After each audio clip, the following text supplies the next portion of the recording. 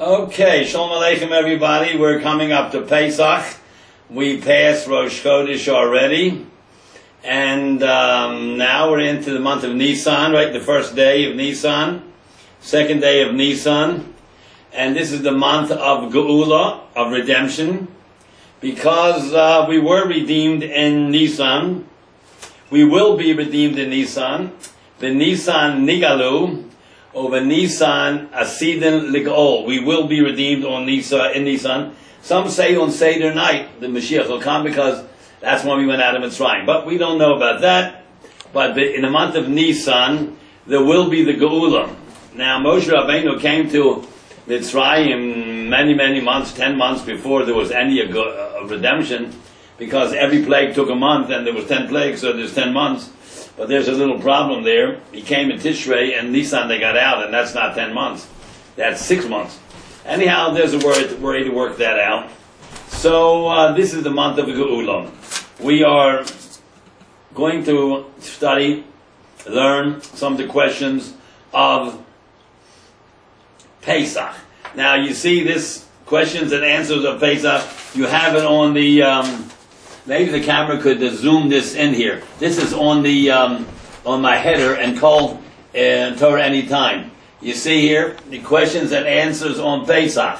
30, I think there's 30 questions and answers on Pesach. And then if you go scroll down a few, you'll see the second section, which is called Short and Sweet. Just a statement, and I'm going to explain what they mean.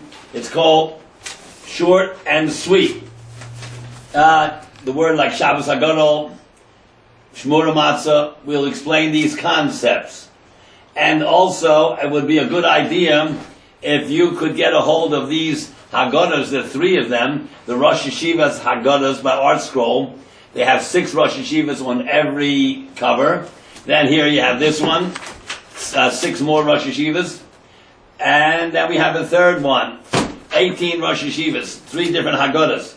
One is, these are people that have been around the last 30, 40 years. These are great people, and you can look up anything in these 3 Haggadahs about Gebrach, Semat, Shmura, and Maror, what's the best Maror. Anything you want to know about the Seder, do you dip 2 times or 3 times or 4 times? Do you have salt on the table Seder night? Do you have a sheep's head, or do you not have a sheep's head? And all the different ways you arrange the Seder plate. This is Art Scroll's famous 3-volume series, came out 4 or 5 years ago, the Rosh Yeshivas Haggadahs. Everything, 18 of them, they discuss each thing. Let us now explain some of the things on this sheet. We've learned the beginning already a couple weeks ago. Let's learn the last number, 25 to 35. Now, for instance, cigarettes, smoking cigarettes. Forget about if it's good for you or bad for you. We're talking about kashrus. What could be chametz in a cigarette? Well, how do you think the cigarette's paper is held together? At the end, the cigarette paper is pasted together after it's wrapped around with some glue.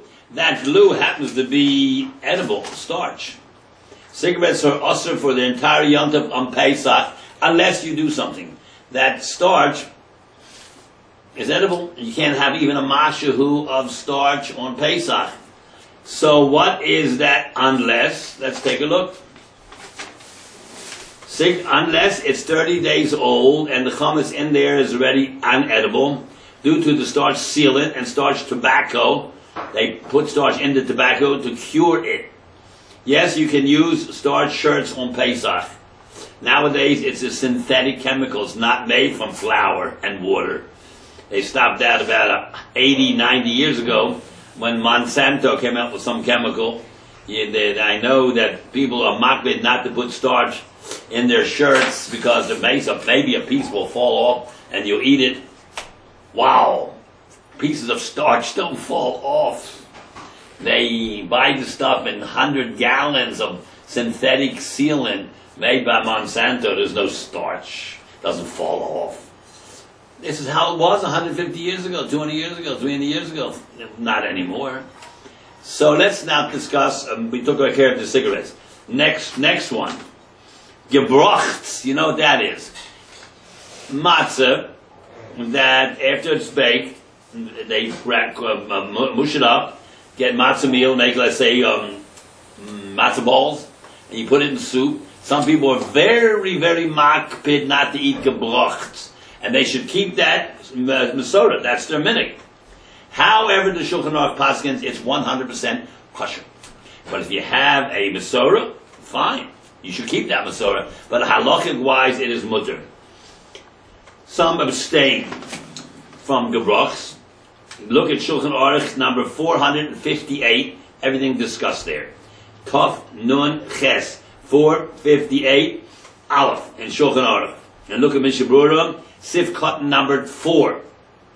Number 27. Chametz and matzah baked together on Pesach. How you like that? If chametz and matzah is baked together on Pesach in one sealed oven, it's 100% kosher. The matzah is 100% kosher. How is that possible? Look in Shulchan Aruch Siman 461-5. You're not going to eat the chametz, but if it's baked in the oven together, the matzah, the matzah is kosher. Number 28. 100% kosher shmura matzah may not be kosher for the Seder. 100% shmura matzah may be worth less for the Seder, because it's not good enough to eat on Seder night shmura matzahs. It has to have something else. What is that? Shulchan Aruch, hold it. 28. Must be lishma, yeah. Now the matzah is shmura, it's watched from chametz. That's one thing. That's very good. Not even a millionth of a chance there's chametz there. That's not good enough to satisfy the mitzvah of the first night of Pesach, which means the erev tochlu matzos. It must be made lishma, for the purpose of eating it on the one night of Pesach, the night of the 15th. It could be 100% kosher, but it's not good enough. It's like eating paper. It must be made lishma, like your tzitzis. It must be bound and woven lishma, otherwise it's not good. Tzitzis, Sefer Torah, tefillin, Sefer Torah, have to be written lishma, otherwise no good. If a decent guy, who writes a Sefer Torah, you can't use it, you got to bury it. It must be written by a Jew lishma, l'shem mitzvah k'siva Sefer Torah. And writing a Sefer Torah happens to be mitzvah 613. And if a apikores writes a Sefer Torah with Hashem's name in it, you have to burn it. And a person who doesn't believe in the Torah, doesn't believe and doesn't keep the mitzvahs, openly desecrates the Torah. If he writes a Sefer Torah, you have to burn it. A decent guy writes a Sefer Torah, you don't burn it, you bury it respectfully. A Jew, you write it and you can read it. Alright. So, shmura matzah is not good enough. It has to be matzah's mitzvah. Now, every single hand-baked matzah, when they put it in, starting way back before Hanukkah, they put it in, they say, l'shem matzah's mitzvah. Every single one. They have a long pole with 6 or 8 of them. They dump it in. You ever seen how that does? And hand matzahs, ever seen that? And then 12 seconds later, they take it out. At 15 seconds, it's charcoal. 12, 13 seconds, they take it out. 3 seconds too long, it's charcoal, it's finished. So, they say every time they put in the 6 or 8 matzahs at one time, it's called this l'shem matzah's mitzvah. It means they're making it not for Pesach, make it to eat Seder night. Otherwise it's no good. It's not bad, but you're not yotze the mitzvah. Got to be made lishma. So we call them matzah's mitzvah, and then the other ones we call pshutos. They're plain for Pesach. You can't eat bread, so you have to have a motzi. Got to have a matzah. That's for the daytime meals. But for first night and the second night it's rabbanon. First night's a deraisa. You must make the matzah lishma. Shomer, matzah shmur from chametz is one thing. It has to be also shomer, watched for l'shem matzah's mitzvah. So there's really 3 things. There's matzah pshuto, simple matzah, kosher, and then there's shmur matzahs, and then there's shmur matzahs made lishma. That's matzah's mitzvah. All right.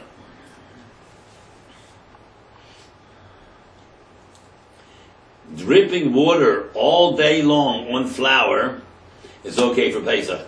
If you eat it before it turns into chametz. But if it stops dripping, it's chametz. Why? Want to know why? These are some interesting things. Where's the answer to this? Number 29. Look in Shulchan Aruch Siman Tov Samach Zayin 467 Vav 6 Sif. Grain is still in the ground before you harvest it. It could become 100% chametz while it's in the ground.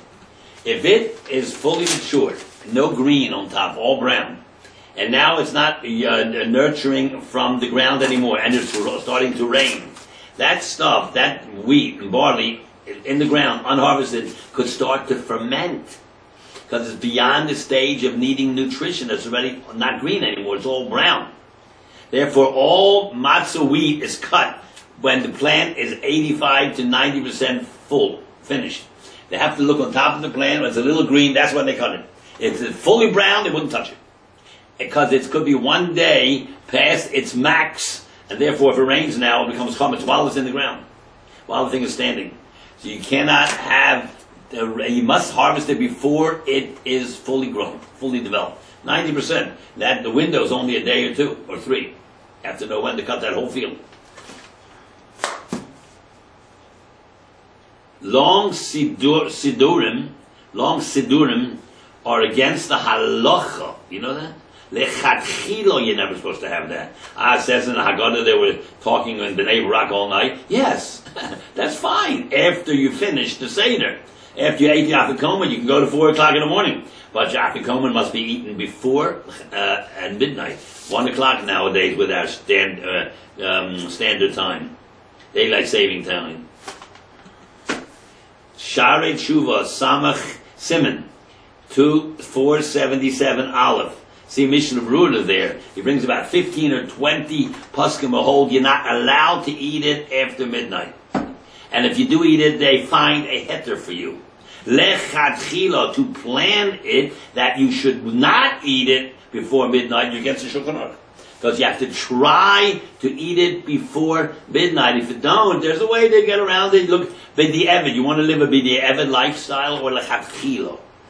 Every Yorei Shemayim will eat his apikoman before midnight.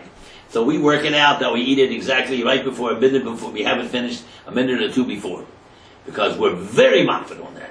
Because you know why? After midnight, Pesach is over. You know what it's called after midnight for the next 7 days? Chag HaMatzos. And Yalav Yovad never says Chag HaPesach HaZeh. Chag HaMatzos says that. So the apikoman is no more apikoman, it's nothing. Korban Pesach, you're not allowed to eat after midnight. So the apikoman is siman of the Korban Pesach. So we'd be very makbid to have it done before midnight. And if you went past, they tried to squeeze in a heter for you. Now, some people do like this. They say the matzah they eat in the beginning of the meal, matzah, that'll be apikoman. But hello, that's the beginning. Apikoman is the dessert. That's what apikoman means in Greek. Afikman means dessert. How can the dessert be in the beginning? If you want to play games, you can do it. If you want to live straight, you will eat your apikoman before midnight, like Korban Pesach was eaten before midnight. Because after midnight, it's not Pesach. It's called Chag HaMatzos.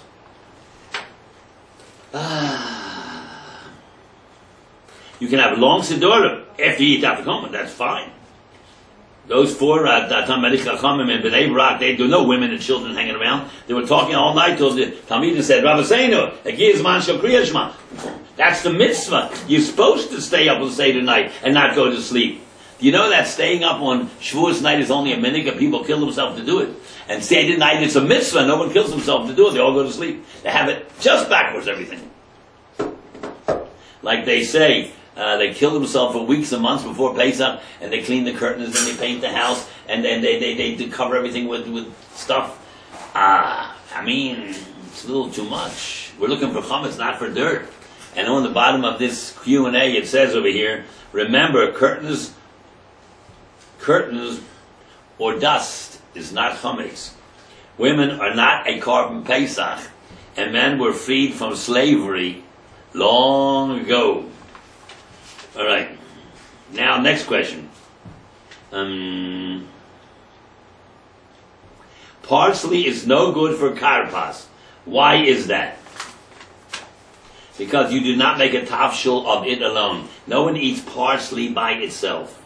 You do eat celery by itself. That's why it's a perfect karpas, or onions, or radishes. You eat it by yourself, but you don't eat parsley. Parsley is sprinkled over the fish, or on the mayonnaise. You don't eat a thing out of parsley. Parsley is one of these dill, one of these the spices. You don't eat. If you don't eat it as a tafshil, it can't be food, and therefore it can't be karpas. Karpas has to be an aperitif that you eat before the meal to whet your appetite. Celery and radish, some nice little thing, something that a rich person would eat. Someone told me when they were in Europe they used potatoes. I said, I know, when you're in Europe, but now you have you own a condominium, and you have air conditioning, and you have 3 cars. Why do you use a potato? Rich people don't use potatoes in salt water. There's better things, more classy things. And Seder night you're supposed to show wealth and aristocracy. Even if you have borrowed kalim, you're supposed to put them on the table. You can't use it to somebody else's, but you can put them there. You have to show malchus. As the wealthiest, because we were freed from slavery. We were freed. We have to demonstrate malchus. Yisrael, Sar Shalomos, the prince of all nations. When you were poor, you did potatoes and salt water, but you're not poor no more. Yes, I told a man once, you told me you're a multi-millionaire, you still use potatoes? He says, yeah, in Hanukkah lights I also take a potato and scoop it out, a raw potato, put it in oil, put it in a wick, and that's my Hanukkah note. I said, really? And you drive a Lexus? That's what your father did, and your grandfather and great-grandfather, but did you ever go to yeshiva? I mean, why don't you buy yourself a nice silver menorah for $400? Oh, in the Chaim we had potatoes. I know, but you're not in the Chaim. And you're not poor like you were in the Chaim. Anyhow, so you can't make, and karpas has to be adoma, and you don't make a bracha on parsley adoma because you don't eat it as a meal. It's shakal. You know that? When you have peppermint growing outside your house, or oregano, or something like that, or dill, you eat that alone, you don't make adoma, you make shakal. It's like eating a raw potato. You don't make a doma, you make shahakal. Because you don't eat it in its normal way. So if you don't make a doma and it's not a tavshil parsley, how can you use it for karpas? Nice decoration, but the bracha, the doma got to be on a vadai food that you cook up as like celery, eat it raw, or onions, eat it raw. It has to be raw or cooked, but no one cooks up parsley or eats a whole dish of parsley. Celery, that's what people eat. That's a good thing. Karpas for parsley.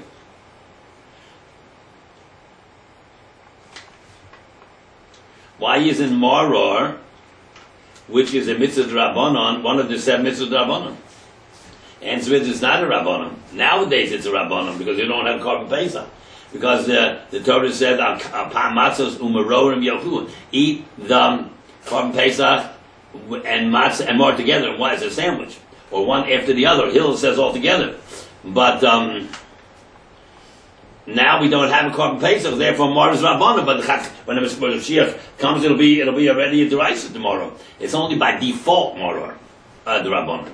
We have 7 mitzvahs Rabbanan: Chanukah lights, Shabbos lights, washing your hands, making brachas, erev tav shilin. This is always was and always will be a Rabbanan. But Maror was with the Deraisa, with the Korban Pesach.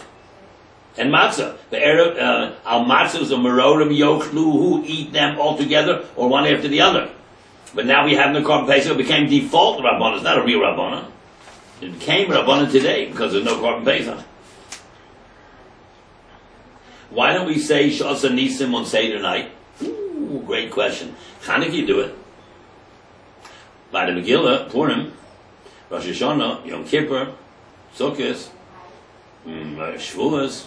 Why don't you say Shechiyanim Kimanu Yanu? No, Shasa Nisim Lav Hussein. I mean, we say Shechiyanim. Why don't we say Shasa Nisim Seder night? The Haggadah is the bracha on Shasa Nisim. What do you think the bracha is all about? The whole Haggadah. And you ended with, but when you hold the coast, go al Yisrael, while you're holding the third coast, second coast. The third one is benching, and the fourth one is later at the end of the Haggadah.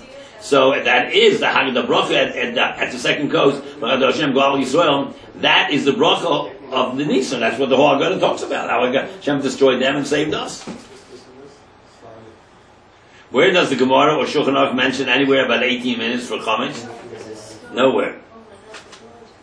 See Shulchan Aruch Siman 4:59, a dispute between 18 minutes, 22 minutes, or 24 minutes for chametz. So we're makbid, we would take the least amount, 18 minutes. See Mishnah Brewer there, the time it takes to walk a 3/4 of a mile, 0.70 of a mile, that's called a mil. That's how many minutes? 18 minutes, 22 minutes. So we're makbid, we use the shortest, 20 minutes.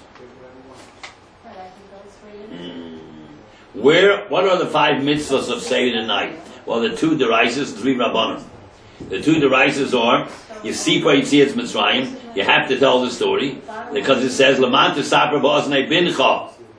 And then it says, Achilas matzah, the Erev Tokel matzahs. These are the 2 mitzvahs, deraisa. And then there's 3 rabbanon. One is Daled Kosos, that's rabbanon. And Achilas Maror nowadays is rabbanon. And Hallel on Seder night is rabbanon. All the mitzvahs, all 5 of them are rabbanon on the second night. And Birchas HaMazon has nothing to do with Seder night. That you do any day of the year. So there's 5 mitzvahs. Now, let's go and just talk about something over here that is on after the questions. It's called short and sweet.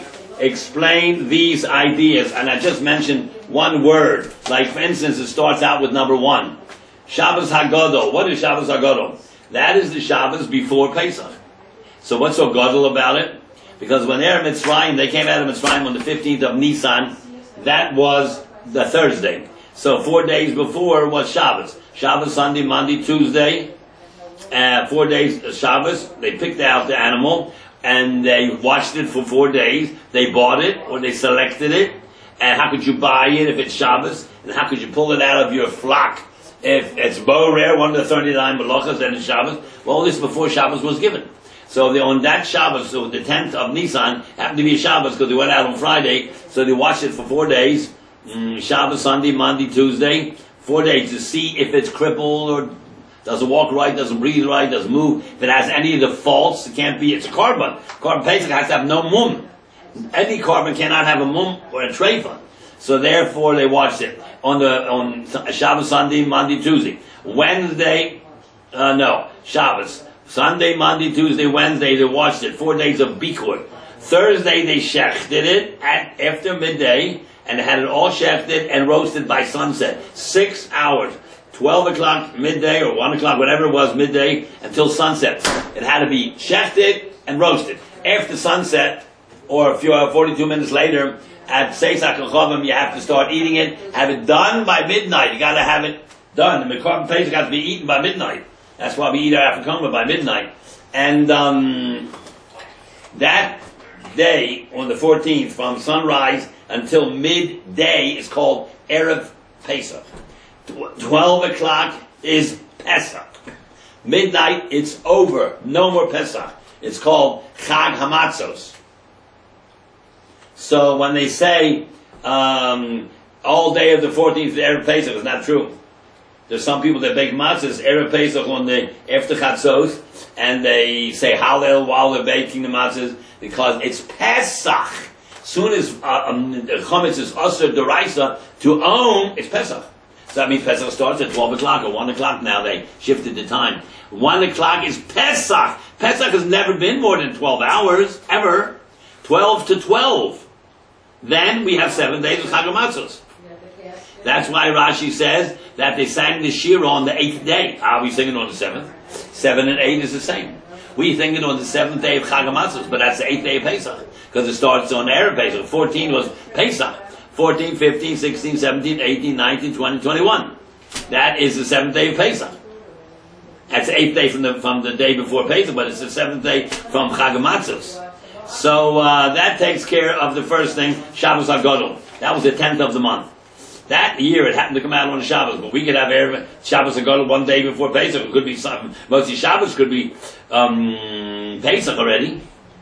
Right? So that means the day before could be Shabbos HaGadol. But that day, the 10th, it was on a Shabbos, and they went out of Mitzrayim on a Thursday, and they had 4 days to watch it, Sunday, Monday, Tuesday, Wednesday. Shabbos Agadol, they picked it out, they watched it Sunday, Monday, Tuesday, Wednesday. Thursday, they shechted it, and Friday, Wednesday they shechted it, Thursday morning they left.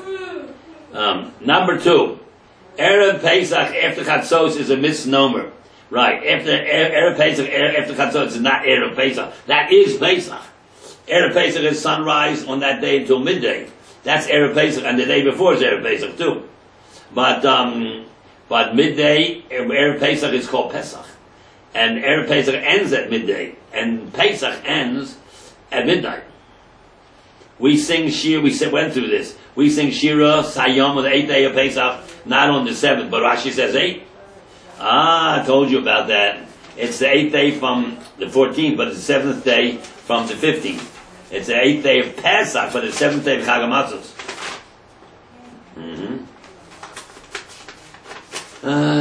2. Oh boy, look how many questions you have here. Number 2, yeah, okay. Pesach describes what? Matzah describes what? Pesach means God saved us or skipped over us.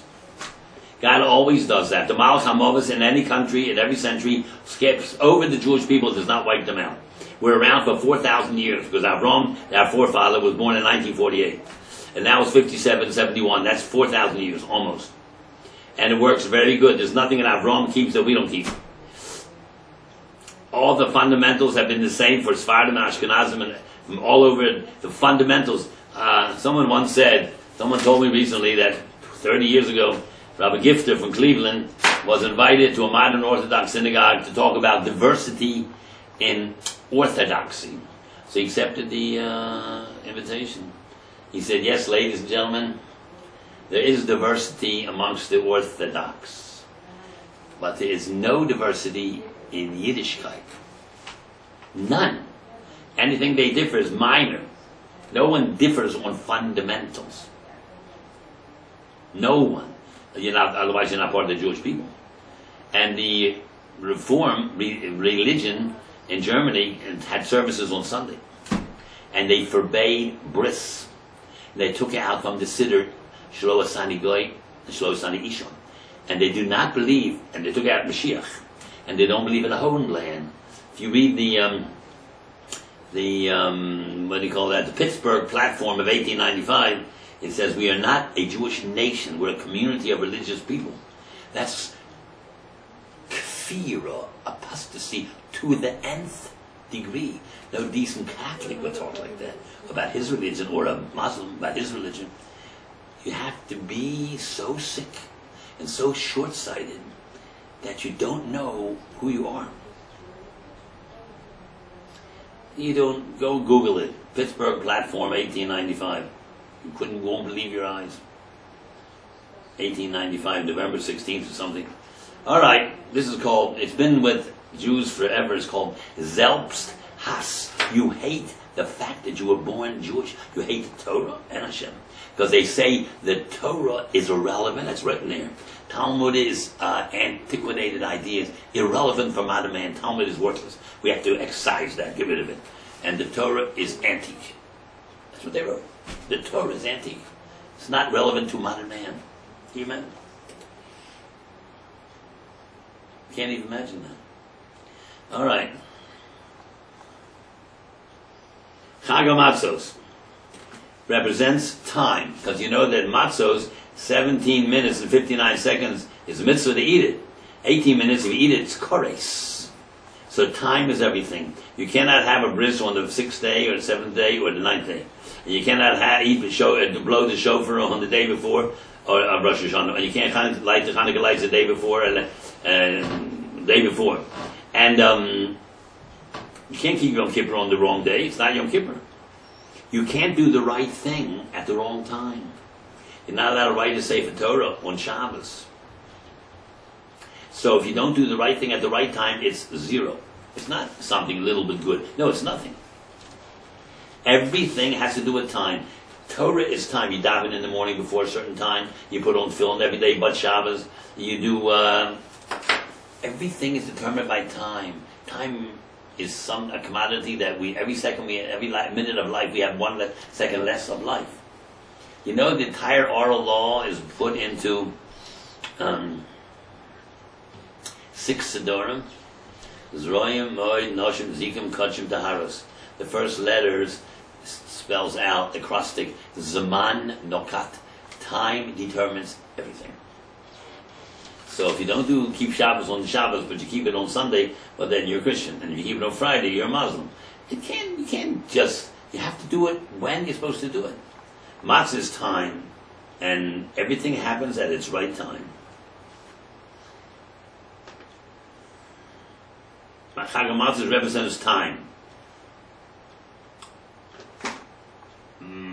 Pesach is when the moment God skipped over us and killed every firstborn in Egypt, every firstborn animal, every firstborn in every house. It was a corpse except in the Jewish houses.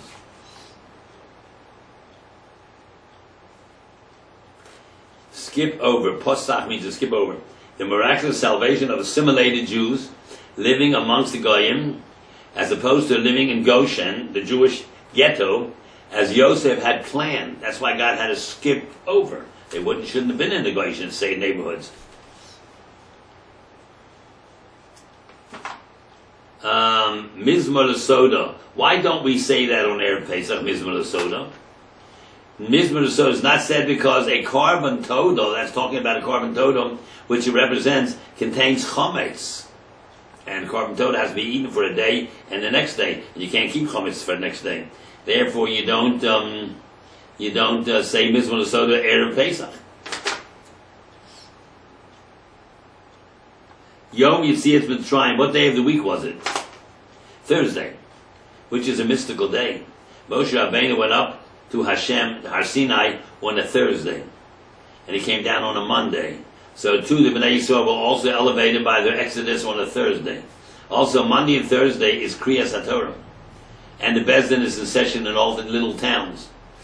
And some people fast on Bahab, Beis, Hey Beis, Monday, Thursday, Monday, after after Sukkot and after Pesach, not after Shavuos. Because Shavuos is only Minat Torah one day. But when you have Chol HaMoed and you socialize with people, you might have done some Averas, so to do tshuva for Averas that you might have done in that 7-day holiday, Eretz Yisrael, they used to fast next month after the holiday, month of Tishrei, where there is Sukkot, and after the holiday of Nisan, where there's Pesach, they fasted the next month, Monday, Thursday, Monday, for any Averas they might have done. How do you clean your kalim? Hechsher kalim. There's many ways to clean kosherize your kalim. Hagola with hot water. Libun gomor, subjecting it to a flame till the metal gets white hot. Libun kal, lesser libun, it's only turns red. Then there's 24 hours where you put something for 24 hours in it and cleans it out. Then there's where you leave things untouched for 12 months. And then there's a cold water rinse, hadocha v'shifshuf, and then there's miloi v'iroi, filling it up and pouring it out every 24 hours. Let's take a look at that. Hefsher kalim with extremely hot water, that's called hagola. Make it Pesach, or if it's treif, make it kosher. Libun gomor, metal gets white hot. Let's say certain things you can't kosher with water, like an oven. You have to make them get red hot. White hot, that's libun gomor, very white. Then libun kal, not so hot, that's red hot. You want to know more details about this? Look at Rosenkrantz's book on Pesach. Rabbi Rosenkrantz, he was an expert on Hilchos Pesach, how you clean microwaves and self-cleaning ovens and stoves. Look at that book, Rosenkrantz's book. He's not here no more, Olav Shalom, but he was the expert on this stuff. 24 hours. Must wait before any hechsher kalim. You got to wait 24 hours before you kasher your kalim, after you used it. 12 months. If you have very, very expensive china, you can't kosher china with hot water or with a flame, you're going to destroy it, and it's very expensive. Let it unused from food for 12 months, then you can use it. Some china is sitting in the attics for 30 years, not used. It's definitely kosher. You just wash it off and eat it. We don't care what was on there before, chametz or not, or treifus. It's all done after 12 months. If there's a loss, a great loss, like expensive china. Cold water rinse. Hadocha v'shifshuf. For glasses, you just rinse them out. According to the Mechaber, don't need new glasses for Pesach. Minix fired. And we don't have that. We use different glasses. If you put in too hot water, you'll crack them. And nowadays, you buy a new glass for $1 or $2 or $4. But for glass kalim, according to the Mechaber, all you have to do is rinse it out. It's Pesach because he holds glasses like stone, not absorbent. And number G, miloi ve'iroi, filling it up, dumping it out. If you have a glass, nice glasses, crystal, you want to use them for Pesach, empty it, fill it up, 24 hours, dump it out. Fill it up for 24 hours, dump it out. Fill it up for 24 hours, dump it out. 72 hours, it's 3 times, 72 hours. Every 24 hours. That's minig Ashkenaz. What are these hashbosos getting rid of? Chametz, either by bedikas chametz, biur chametz, bitul chametz, sreifas chametz, mechiras chametz, and bedikas chametz. Can you look for the chametz on Pesach? Let's take a look. 8a, bedikas chametz. Searching for chametz even up to 29 days before you leave your house. If you leave your house 30 days before, you don't have to search for nothing, and you just sell the whole house. But if you leave that your house 29 days before, you got to search, make the house spotlessly clean, and be sure you don't go in it for 29 days. You have to sell the chametz in the house. If there has any chametz, you got to sell it. Before 30 days, you don't have to search for anything. You just don't go in it. But if it's 29 days or less, you have to clean the house. That's called bedikas chametz. We do it the night before, and the next morning we say kol chamira again. B or chametz, elimination by any method, either verbal or in your heart or physical. We take a candle, we look around the house for every underneath the dining room table, in the corners, and the bedrooms, and in the shoes, and in the slippers where little kids put the cookies, and down the back. The cushions of every pillow, and in the car, in the trunk of the car, and out in your grill that you left some buns last summer, and the attic, and your suitcases, and your office. Yes, even the office in Hong Kong, right? You got to be sure you don't own any chametz. And what about if you own shares in cereal companies or beer companies? You got to sell them to the Rav. He's your power of attorney. He sells it to the guy. You can't own any chametz on Pesach anywhere in the world. So, be or getting rid of it, either physically or saying your heart, I disown everything. And we do all three. We do verbal, and we think it, we disown chametz, and we look for the chametz the night before. Bittul chametz. That's after you look for all the chametz, then you'd say, I'm a vatal it. It should be like afra da'aro. Earth on the ground. It's called kol chamira. Starts out with the word kol chamira v'chami'o. All leaven, all bread I've seen or not seen, found or not found, should be hefker, worthless, and like dirt on the ground. I suppose after you say this, first day Pesach, you find a $120 bottle of whiskey. Not red label, blue label. What do you do now? You're going to pour that down the toilet. And you didn't have that in mind when you sold the chametz. Of course you're not going to use it on Pesach. What about after Pesach? We're not talking about $20 a bottle or $60 a bottle. We're talking about $280 a bottle. What do you do with that chametz? Now there's a big machlokas. Chaim and everybody else. Chaim holds that yain sorof, whiskey, is so powerful that a revi is 4.5 ounces or 2 ounces is really 2.5 ounces of chametz. Others hold no. It's a fraction of chametz in there, the rest is water. Well, 80 proof, okay. 40% alcohol, so it's most of it's water, 60% water. And even though you owned it on Pesach, it's the big Averim, but after Pesach it's called Taruvas chametz because it's mostly, well, it has to be 60-1 basically. If it is 60-1, it's a bottle, but if it's chametz gomor, like you didn't know that you had 20 frozen pizzas downstairs, then you can never eat them ever. That's chametz gomor. But if it's taruvas chametz, 60-1, you could eat it after Pesach. Now, what is whiskey? or let's say beer that has only, I don't know, 10%, 8%, 12% of hops and grain in there, that's a very big question. Is beer and whiskey real chametz or revius 4 ounces, or is it just 90% not? Is it mostly water? That's a big machlokas. So you better be sure before Pesach you have all your whiskey and all the stuff that's real chametz sealed in a cabinet and sold, written document, and it's given to the Rav. You don't write a document if nothing is not worth anything. You know why? Because when you sell the chametz, let's say you live in a little town, you and no Rav, nothing.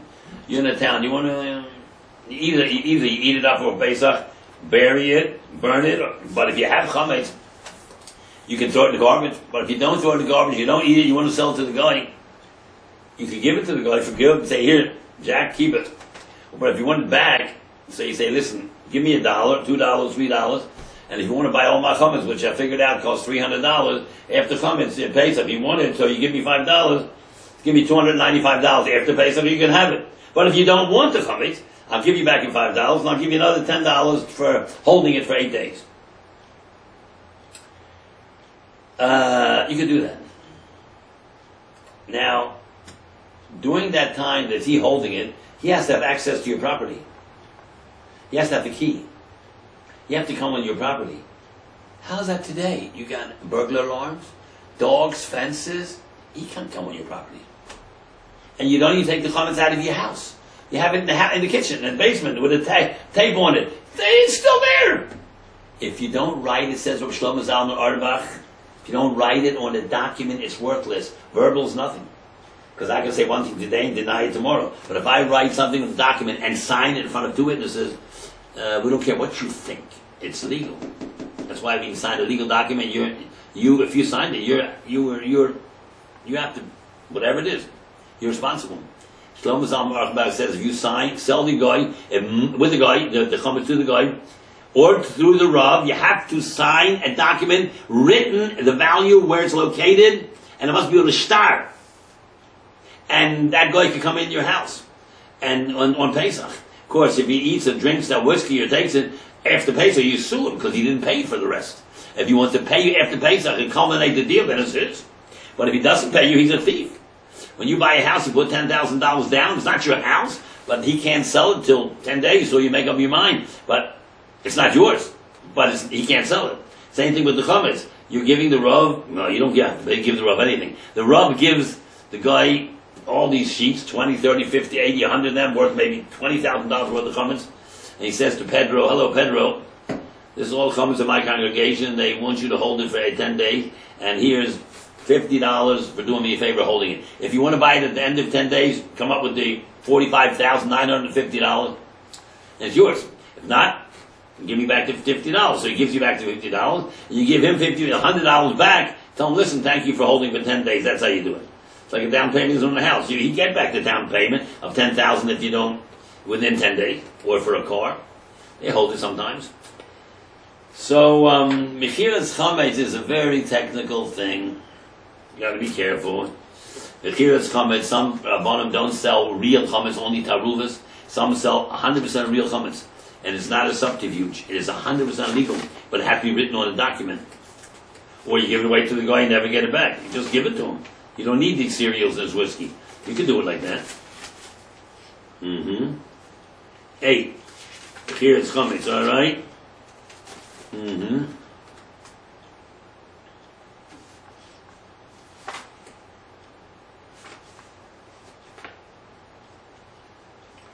Sreifas chametz, burning it. You should leave over some chametz for the morning of Erev Pesach and burn it. There's, even if you don't have chametz, you should go buy some and burn it. There's a whole very important neshama psychological effect on you when you see the burning fire of chametz. Because you basically not only get the chametz out of your house or your possession, you're supposed to get it out of your character. Chametz means fermentation. You put flour and water together and a little yeast, it ferments. What is blowing up? It's gas, hot air, CO2. That represents gaiva. If yes, your house is Pesach good, but is your character also refined from the chametz? That arrogance, did you get that out of it? And you look at the fire, if the stuff is burning, you know it makes a very deep impression on people about the torture of the soul after death. if you don't keep the Torah. A burning fires of Gehenna means you realize tremendously clear how you missed an opportunity and hurt people and violated God's will. That realization will destroy you. That's Kores. It destroys the neshama. It's marshal is a fire, but that's worse than that. That's why you have to have Sreifas Chometz to get rid of the Chometz. Then Mechiras Chometz. Mechiras Chometz, selling the Chometz is a highly disputed procedure, like we talked about. And the last thing, Bedikas Chometz Pesach B'bracha. Can you do? You know you're supposed to do Bedikas Chometz before Pesach. What if you didn't? You came home a minute before Pesach from somewhere. Can you do Bedikas Chometz on Pesach with a bracha? If one forgot on Pesach to search for Chometz, see Shulchan Aruch 435:1. He can do it with a bracha on Pesach. See the Mishnah Berurah. How you like that? And if you didn't do it on Pesach, you have to do it after Pesach, and whatever you find, you can never use. It's called Chometz She'ovar Alav HaPesach. Chometz that Pesach passed over it cannot be used. If it's real Chometz, like pizza or bread, then you can never use it. But if it's Taruvas Chometz, like a little vinegar and a can of vegetables, after Chometz, you can use. After Pesach, you can use it, even if you didn't sell it.